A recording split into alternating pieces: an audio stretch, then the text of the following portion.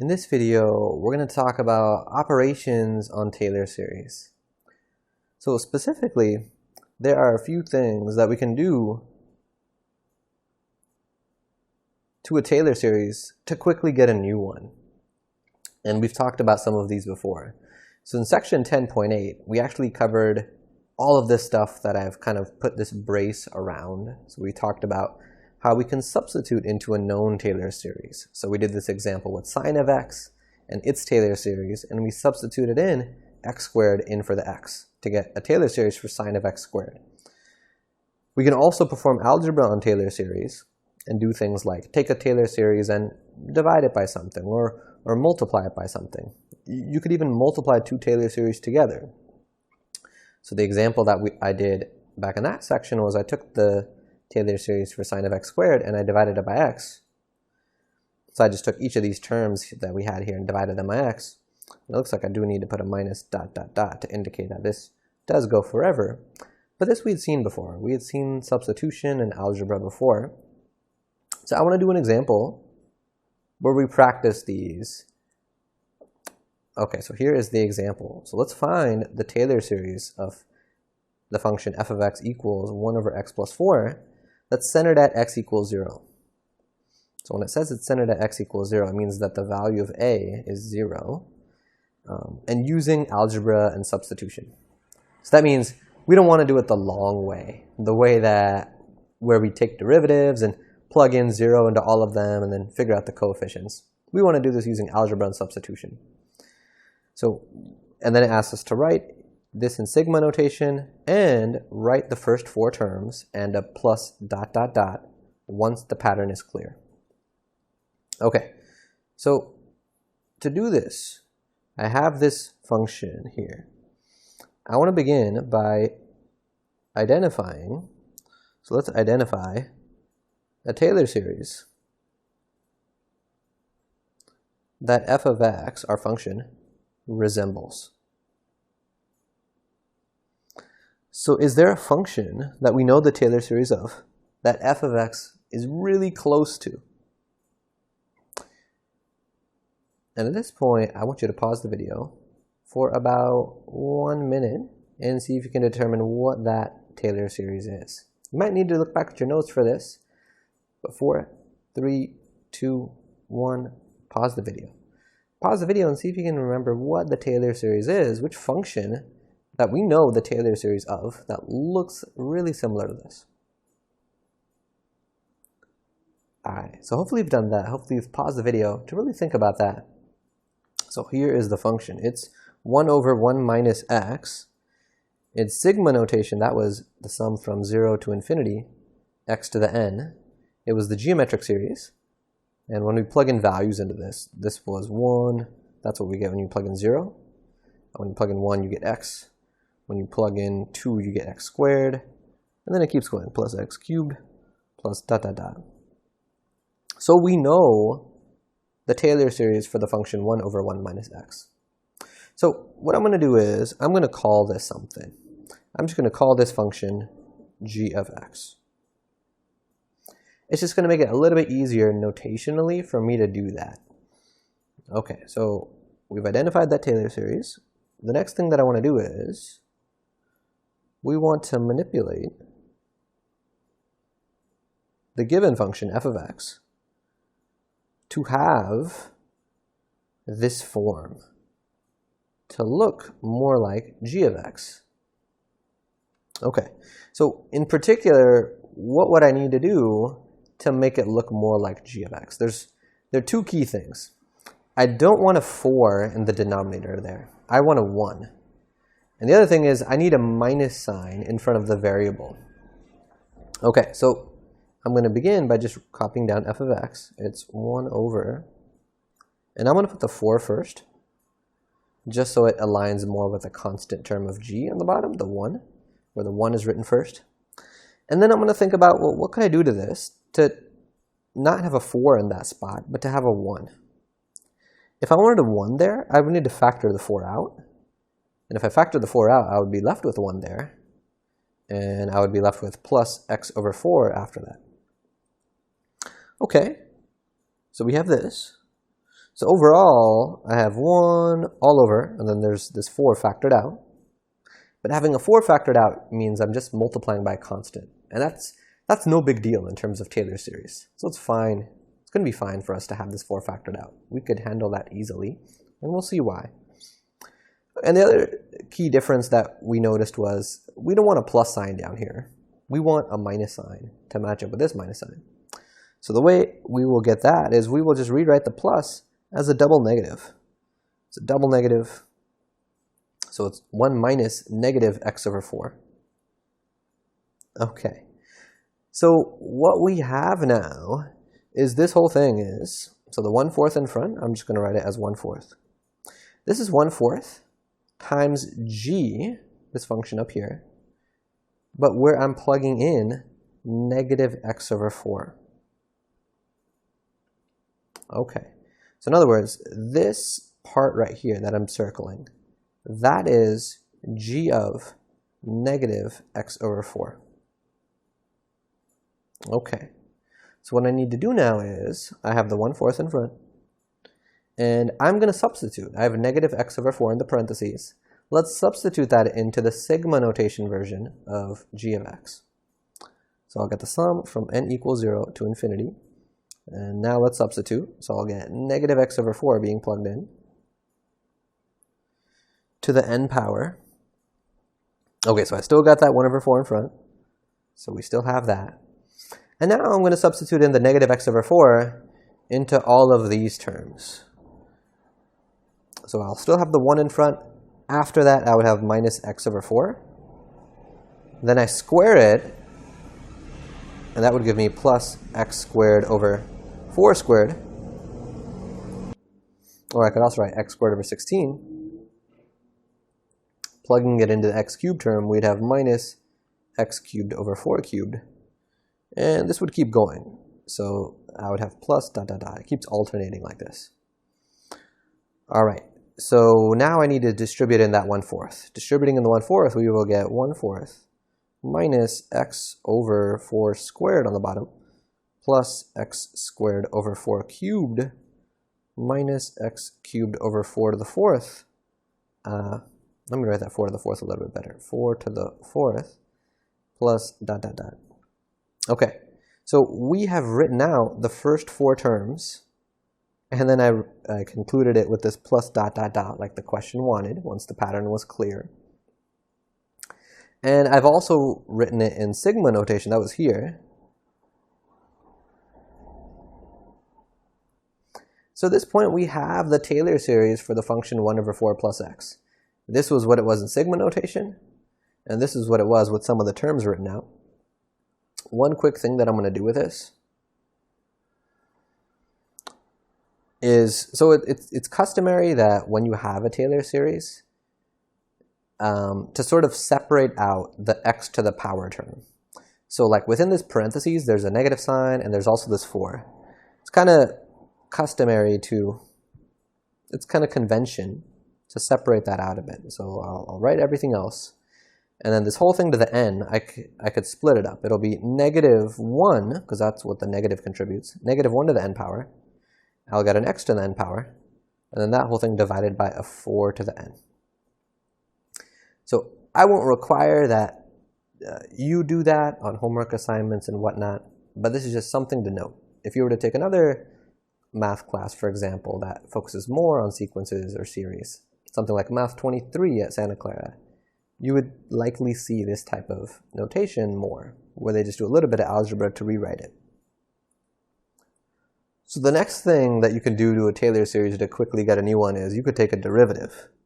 So let me start off with the general formula. So if f of x equals the sum from 0 to infinity of Cn x to the n. So if we had a formula for a Taylor series, then for a function f of x, then the derivative of f prime of x, will have a Taylor series that goes from 0 to infinity, where the formula is just the derivative of this formula. And if I take the derivative of this, I do the power rule, the n comes down, I get n Cn, subtract 1 from the power, so x to the n minus 1.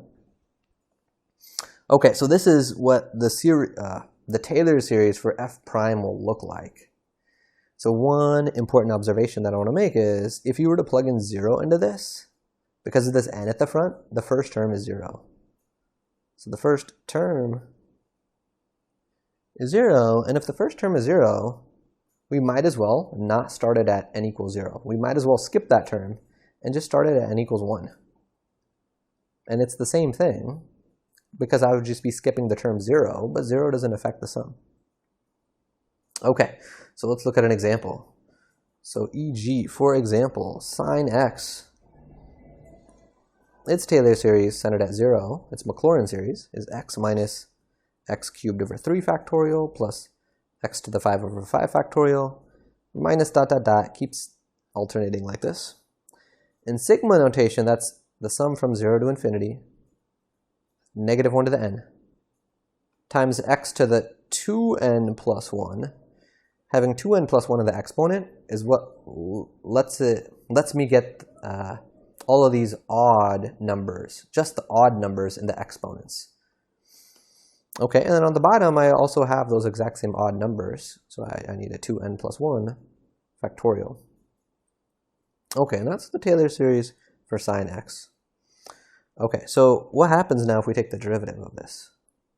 So I'm going to take the derivative of both sides. So let's take d dx of both sides. Let me write that dx a little bit better on the bottom. It's a d dx of both sides. Doing that, derivative of sine is cosine x. And now let's take the derivative of everything on the right. So the derivative of x is 1.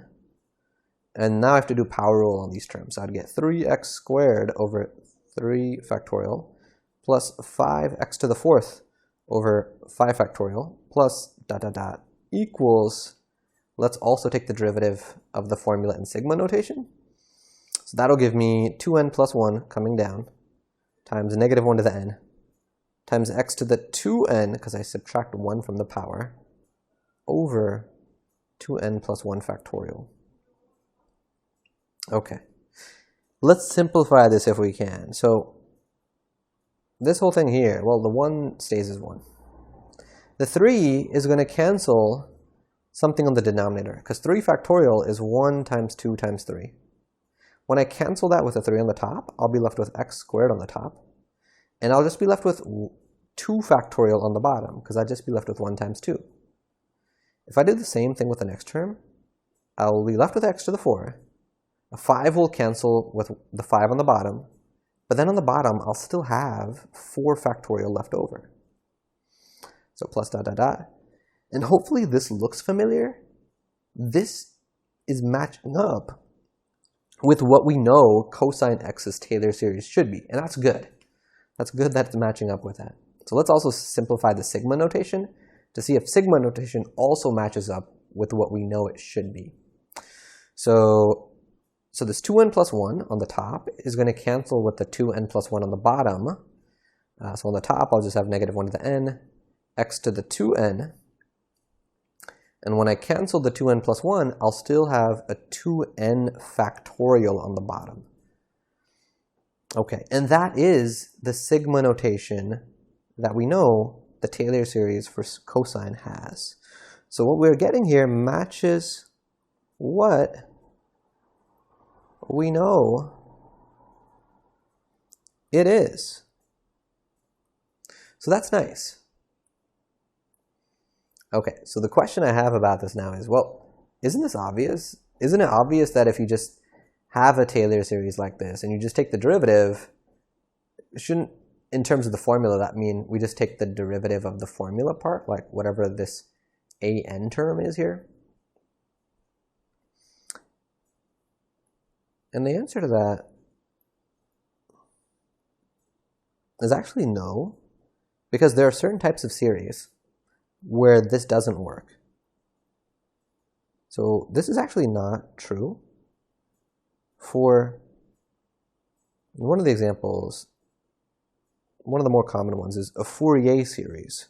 A Fourier series is a trig series. So we're not talking about an infinite polynomial, we'll be talking about like an infinite amount of trig functions. So Fourier series, they show up They are used in partial differential equations, so I'll call that PDE. So PDEs, partial differential equations. They show up in physics. They show up in engineering, among many other places. Okay, so I'll just give you a flavor of what this would be. So with the Fourier series, if we were to take a derivative of a Fourier series looks like you got the sum from 0 to infinity. You have some coefficient, a sub n, and then you have a trig function, like sine of nx, for example. If you take the derivative of something like this, we might expect this to be equal to the sum from 0 to infinity, and then if we were to take the derivative of this, we do some chain rule, and we'd get n cosine nx. But that's actually not true. This is not true in general for a Fourier series. So because of that, there's something special about having an infinite polynomial, a Taylor series, that makes this derivative property hold even when we take the derivative of this infinite polynomial. Okay, so we can do derivatives of a Taylor series to get another Taylor series. We can also take antiderivatives, and that's going to be the last operation that I talk about. So if we have let me start with the general formula. If f of x has this Taylor series, then the integral of f of x dx would be what I get when I take the integral of this formula. So I'll get the sum from 0 to infinity, and I'll get c sub n x to the n plus 1 over n plus 1.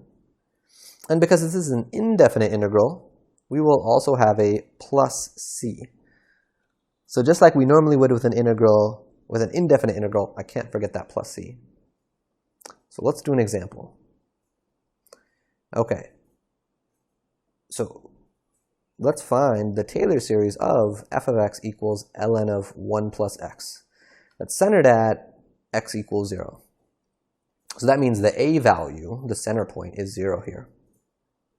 So I want to do this using an antiderivative. So what I want to do is, I want to think of some Taylor series that I know that I can take the antiderivative of to get something close to ln of 1 plus x. So the one that I know whose antiderivative will be something close to ln of 1 plus x is 1 over 1 minus x. So that Taylor series is 1 plus x squared plus x cubed, at least the one that's centered at 0. And we know that this is true when the absolute value of x is less than 1. So that's because it's a geometric series, and we've said a geometric series converges when r, the common ratio, its absolute value is less than 1. Okay, so now let's take the antiderivative of both sides. Let's take the integral of 1 over 1 minus x. I've got to write the dx for good notation. And the integral of the right-hand side, this infinite series, 1 plus x squared plus x cubed plus dot dot dot. So let's write that dx in there. And I can't forget that this is true when the absolute value of x is less than 1. Okay, so now if I take the antiderivative of 1 over 1 minus x, this ends up being ln of 1 minus x with a negative sign in front. And I could check that if I were to take the derivative of negative ln of 1 minus x. I would do the chain rule, and if I worked it out, I would get 1 over 1 minus x. You weren't totally sure how I got this antiderivative. You could do u substitution. You could do a u substitution on this integral and quickly get this. Okay, so on the other side, let's do some antiderivatives. Antiderivative of 1 is x. So the antiderivative of x is x squared over 2. Then I'd get x cubed over 3. And then for x cubed, I would get x to the 4th over 4. And then I got a plus dot dot dot. And then I can't forget that I still have, so I have this whole thing, and I can't forget my plus c that I'll end up with. And this is true if the absolute value of x is less than 1. Okay, so now I have the c in there, which is mildly annoying, but one thing I can do is, both of these things are supposed to be equal if the absolute value of x is less than 1. So why don't I plug in a nice value of x that satisfies this. So the nicest one that I can think of is, let's plug in 0. Let's plug in x equals 0, and that's going to let us solve for c. Okay, so if we plug in 0 for the x, on the left-hand side we'll get negative ln of 1. On the right-hand side, all these things that have an x in them just become 0.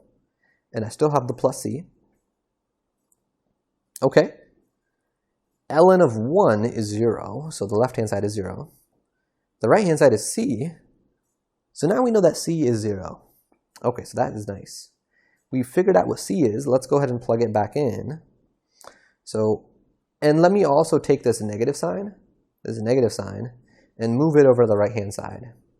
If I do that, we end up with ln of 1 minus x equals, let's multiply that negative sign over, I will get negative x minus x squared over 2 minus x cubed over 3 minus x to the 4 over 4 minus dot dot dot. And because c is 0, I don't need to write anything there. Okay, and again, this is true when the absolute value of x is less than 1. Okay. So at this point, I am close to what I wanted.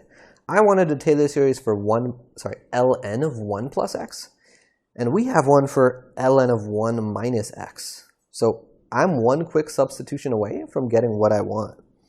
So we just need to substitute, sorry about that.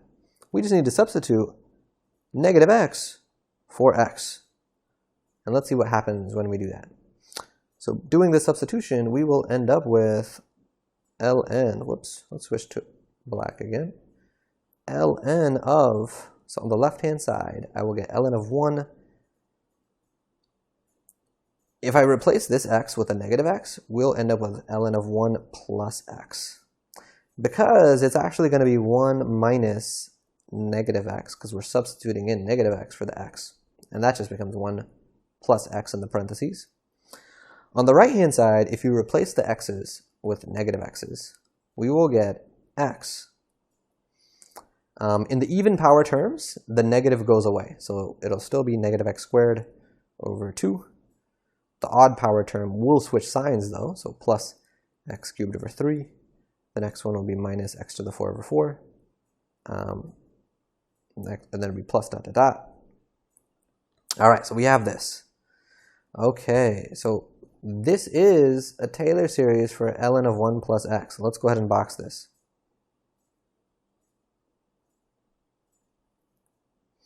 Okay, and up until this point, I've kind of been just carrying along this thing that says, oh, if the absolute value of x is less than 1, alongside this. So it turns out that when we take an antiderivative of a Taylor series, this interval where the Taylor series converges, it might behave differently at what are called the endpoints. So I want to end the video by talking about that. All right, so I've copied down our Taylor series for ln of 1 plus x that we've gotten, and here's the interesting thing that I want to point out about this. So when we talk about this interval where absolute value of x is less than 1, if I were to draw this on a number line, the number line, so we're talking about the values that are in between negative 1 and positive 1. We're talking about the stuff that's here. Okay, so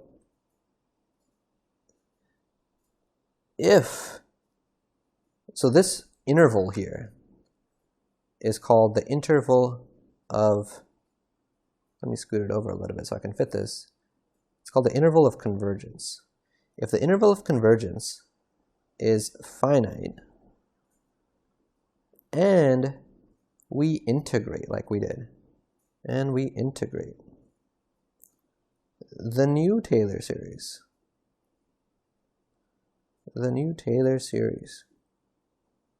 may or may not converge at what are called the endpoints of that interval. So the endpoints of this interval are negative 1 and positive 1. Okay, so let's briefly look at what happens at those endpoints for our particular Taylor series. So in practice, what we have to do is we have to check those manually. What happens there? Does it converge or not converge at those endpoints? So if you plug in 1, that's one of the endpoints into this, we will end up with 1 minus 1 over 2 plus 1 over 3 minus 1 over 4 plus dot dot dot. So this is the alternating harmonic series. The alternating harmonic series. We've seen the regular harmonic series before. This is the alternating harmonic series. And it turns out that this converges. We won't really talk about why in our class. It's a little bit beyond the scope of our class. I'll just mention that to learn why, see Math 23. Math 23 is typically where we talk about sequences and series in much more detail. Okay, what about the other endpoint? What about x equals -1? If we plug that into this, we will end up with -1 minus 1/2 minus 1/3 minus 1/4 minus dot dot dot. So in other words, this is factoring out a negative. Factoring out a negative, in parentheses, we are left with the harmonic series. It's sort of like the opposite of the harmonic series. Harmonic series multiplied by -1. And we've seen that the harmonic series diverges. We've seen the harmonic series diverges. We've seen it more specifically that it has like an infinite sum. If we have negatives in front of all the terms, that means that this will be sort of negative infinity. That's how large this sum is. Okay, and that's again because we know that the harmonic series diverges. Now let's put this in a capital D actually. It diverges. So having a negative in front of all the terms doesn't change that. It's still going to be divergent. Okay, so what we've seen now is at x equals -1, one of the endpoints, the series diverges. But at the other endpoint, x equals 1, it converges. So when we were carrying this term around, the fact that we said, oh, it was true as long as the absolute value of x was less than 1. This is technically not quite true because of this issue at the endpoints. So let's refine it. So technically, what this should say is, let's put an x and let's put some inequalities around it. So it goes up to 1, and it does include 1, because when we plugged 1 into it, we got a series that converges.